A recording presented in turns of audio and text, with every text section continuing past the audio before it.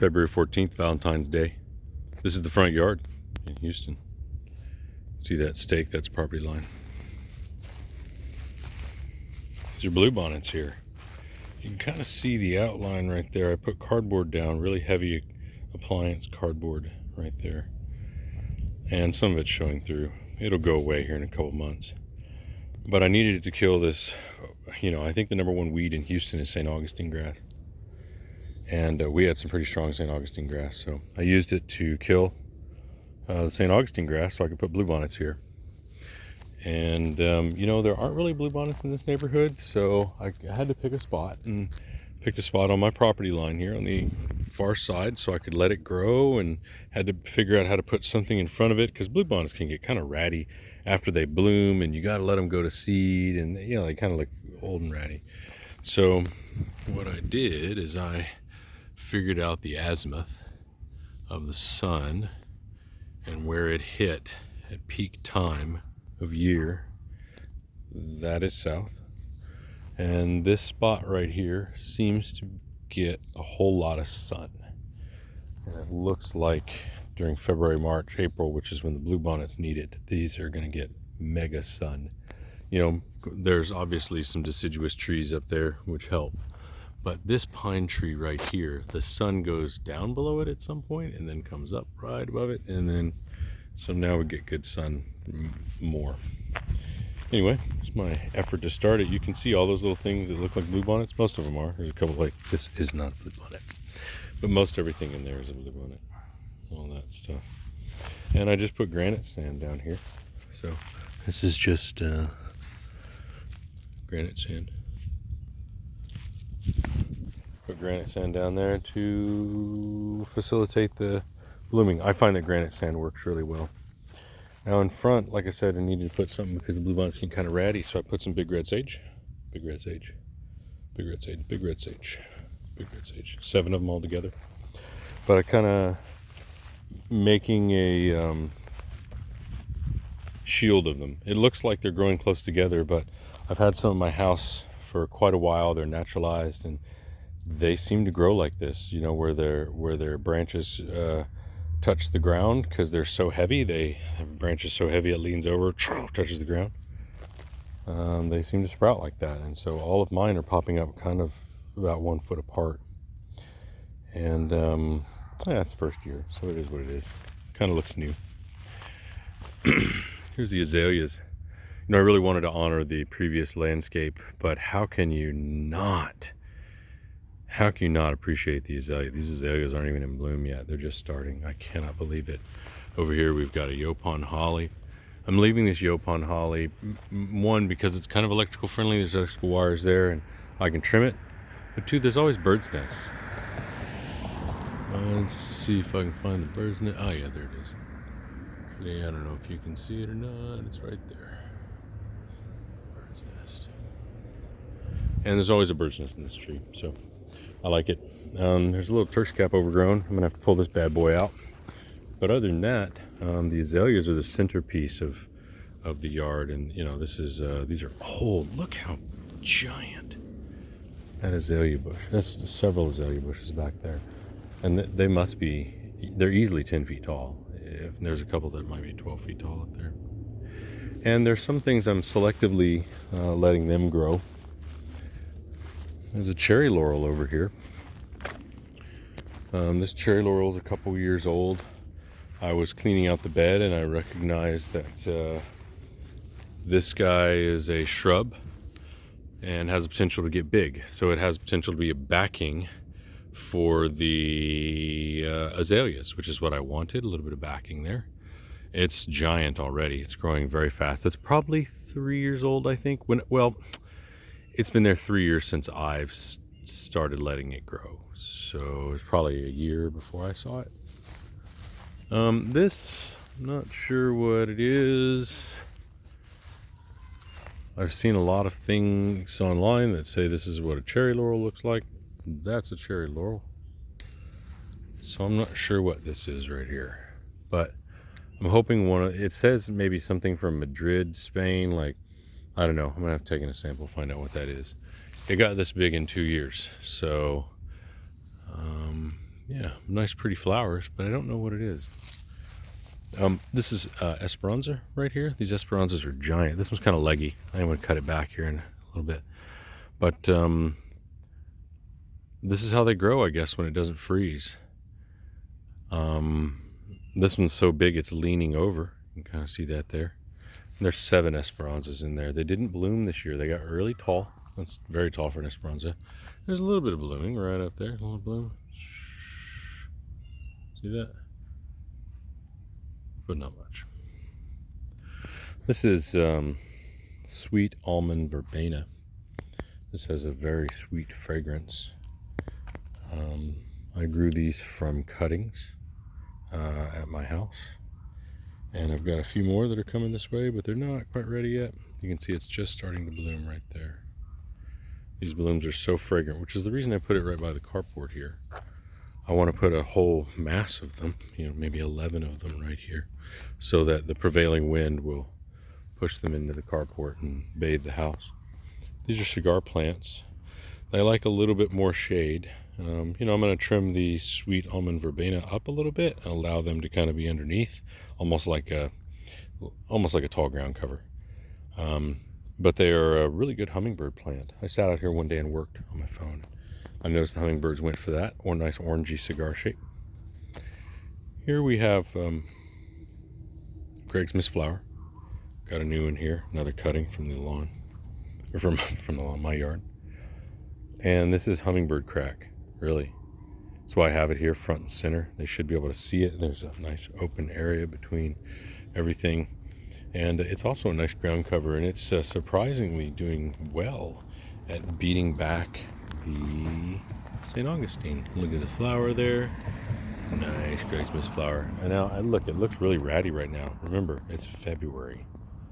I mean, it's winter right now. I can't believe how good it looks in winter. We haven't really had a big freeze, though, and these plants have kind of protected it, I find, from the wind. Doing an experiment, trying to see if bluebonnets would grow under Pride of Barbados. It is very dappled light, and so I threw, I don't know, a handful of seeds back there. We'll see. There's a few over here too. Bluebonnets. There's one back there. A couple over there. Yeah. So we'll see how that works out. This is very dappled light, especially these small ones. And usually these will die back in a winter freeze. So I don't know, just an experiment. And I've got several Pride of Barbados here, which are just magnets. This is really just eye candy. Pop. This is one of my favorites, so I put it right up here for curb appeal. It's going to be the backing to a garden that features Salvia Greggii. Got a bunch of Salvia Greggii here, a bunch of them. I'm about to put 2 more over here. Ba-boom, ba-boom. Got some Forsyth sage or Forsythia sage. And Salvia Greggii. And I've also got my favorite sage. It just blooms canto cant. Majestic sage. No, Mystic Spires. Mystic Spires sage. And yeah, so that kind of rounds up this bed over here. Here we've got a similar salvia. It's not a Salvia Greggii, it's a Salvia microphala, a mountain sage. It really likes a little bit more shade. And this is a different sun profile. Much different. This is almost like a canyon. So it doesn't really get sun until up there, and it gets filtered sun till up there, and then it gets sun, and then sun gets cut off over here by various things. So it gets late sun and early cutoff. Not as much sun, and the sun it gets is sometimes filtered, almost like a savanna. So I'm going to try this here, and I think it'll work well. It grows great in Austin. It just needs a bit more water. I had to water it the first year, which I don't like doing. I shouldn't have to water that here anyway. The Duranta's growing great. I pinned down 4 branches around here. So we should have little baby Durantas growing up under here. There's a branch going in under there. And you can see out the other side there's greenery. So looks like it might be sprouted. There's one right here. Sprouted. Just a branch pinned down. See, sprouted. Here's another one over here. Branch pinned down, sprouted.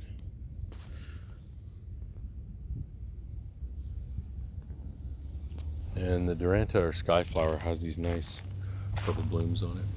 Very nice. I like this is here, and you might ask, why is it in the middle and up front? Well, I have a large front here, or what I consider to be large anyway, for an urban environment. And I want this to be one garden, and then this to be separated into a separate garden.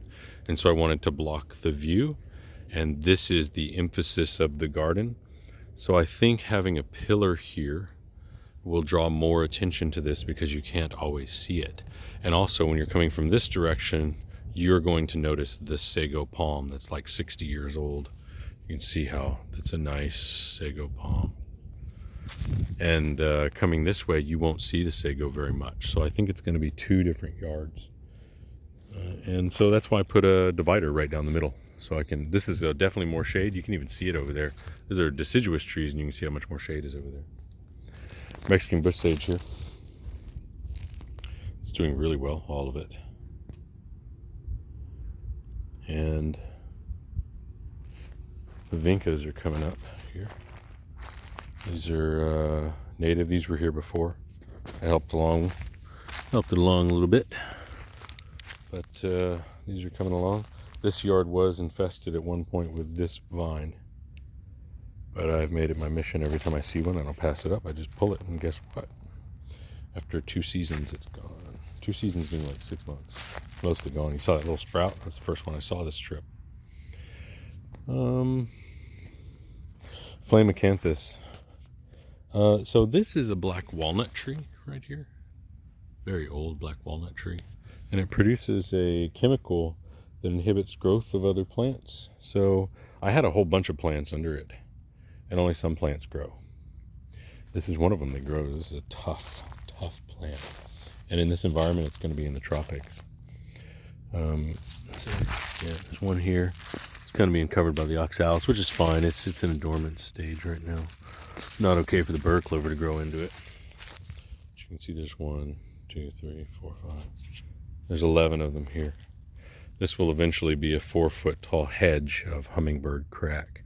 That's butterfly crack. That's hummingbird crack. I get a nice orange flower on them. Pretty sure there's none blooming right now. Can see the oxalis blooming. That's kind of nice. I always like the oxalis bloom. So many people pull that. It's a nice bloom, and it's small. It's diminutive. There's nothing else blooming right now, so why not just let it go? Okay, so this is growing fantastic, better than I had hoped, and keeping it growing towards me. I'm encouraging it this way, and I'm discouraging it that way because I want a big bunch of Plumbago with this behind it, this nice orange. More hummingbird crack. This is Firecracker fern. It's got a nice cool texture to it. I planted, these are all cuttings. I planted 3 of them here, and then the first year all I did was pin down branches. Every branch that came out I pinned down. So I think I have 11 of them here now. 1 here, 1 here. I gave away 2 just now. 1 here, that's one of the original ones. 1 here, 1 here, 1 here. Like everywhere along these branches, and so I think all of these, there's 11. It's getting nice and big. I really like the way this looks, and it's a good texture of nice long leaves backing the leaves up there. It's also a nice cool color, and you can see the flowers here. Beauty. And like I said, I want it to grow that way because over here I've got Plumbago, and I've done the same thing over here. Each plant I've pinned it. These are literally cuttings, like literally cut. So I grew these into gallons, and I planted them here before they were way too early. Planted them here way too early. So I didn't want to really inhibit them that much by pinning down too many branches, propagating them that way. So just 1 branch per plant this year. Next year I'll do another branch on each of the new plants, and we should have 15 to 20 Plumbagos in here within 3 years. And I just want this whole thing to be a big Plumbago field. And you can see it's a nice contrast with these 3 colors and the palm. I mean, it's nice. Tropical sage is doing excellent. I really wanted the tropical sage to create a mat of hummingbird goodness, and it will do that. You can even trim it, right, and keep it short. This is Turk's cap. You can see how big that patch of Turk's cap is. I love that. I wanted something similar over here. And you can see there's azaleas behind it. Those azaleas are going to have to recover. They've been hacked and hacked. They were like 2 feet tall when I got here. So I'm just letting them recover. Eventually the azaleas will get big enough, maybe like 2-3 more years, that they will cover that box right there. So I'm just letting the azaleas grow, and they're not really in an excellent spot, but there's a couple in a good spot over there. Also have one of my favorite Texas sage here, a Rio Bravo Texas sage. One of my favorite, not my favorite. Oops, almost dropped my phone. And this Texas sage is, you can see the 3 of them there, silver. I planted them all at the same time. One of them's doing really well. One of them's pretty thick, and I think it kind of leaned over. And then this one looks pretty scraggly. Maybe it's too far under the walnut tree. I don't know. But I'm going to plant more Texas sages right here on this side. The Texas sages are great because they're random color. They're made for an environment where there's a lot of 2-foot tall, 3-foot tall grasses. So they kind of grow at the top and they grow up from there. And you can see that the tropical sage is about 2 to 3 feet tall. Some of it's approaching 4, but I'll whack it before it gets that tall. And so the Texas sage is going to grow up above it. And so I think it'll be a nice silver backing over here with random color. This is an Abelia right here, whatever, it's granny stuff. I keep it here out of no need to remove it, to be honest with you. So this is that garden and kind of what it looks like. Azaleas are going to come up in the back. And remember, this is been here 1.5 years, right? So it's not even approaching 2 years of growth. So it is what it is. I know that after another 1.5 years, it's going to be looking fantastic. Right now, it just looks like it's growing. And you know, I forgot. There's another plant over here that I absolutely love. This is black and blue sage. Another Abelia right here. Again, not removing it because I have no reason to. Nothing else to put there. Might as well. There's Abelia on each side, whatever. Black and blue sage. Right over here. And then I've got another ring of them coming in here. So what I learned is that black and blue sage is actually a cultivar. That means you can't buy it from seed. If you buy it from seed, it reverts back to its original form, which is majestic sage, which is a nice blue sage, but it's not the sage I want. So I'm trying to grow at the home. I've probably got 9 different pots started of these, and I've got 2 of them that I'm going to use as mother plants, and I'm trying to stand back here without stepping on anything. I'm hoping that this whole area right here will be black and blue sage. Just a huge, 8-foot by 10-foot mat of black and blue sage all the way up to the tree. I'm really hoping it kind of goes, step back a little bit, hoping it goes in line from the tree all the way over there, black and blue sage. Of course, you've got the azaleas backing it. These guys are coming out. They just don't know it yet, but those azaleas are toast. Yeah, that's all we got over here.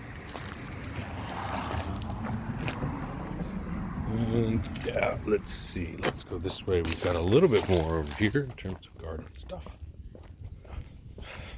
So, again, this is Turk cap mostly. There's some cast iron plant in the middle. There were larger plants there before. There's some loquats over there that I'm going to let grow because they're going to provide afternoon shade for the cast iron plant.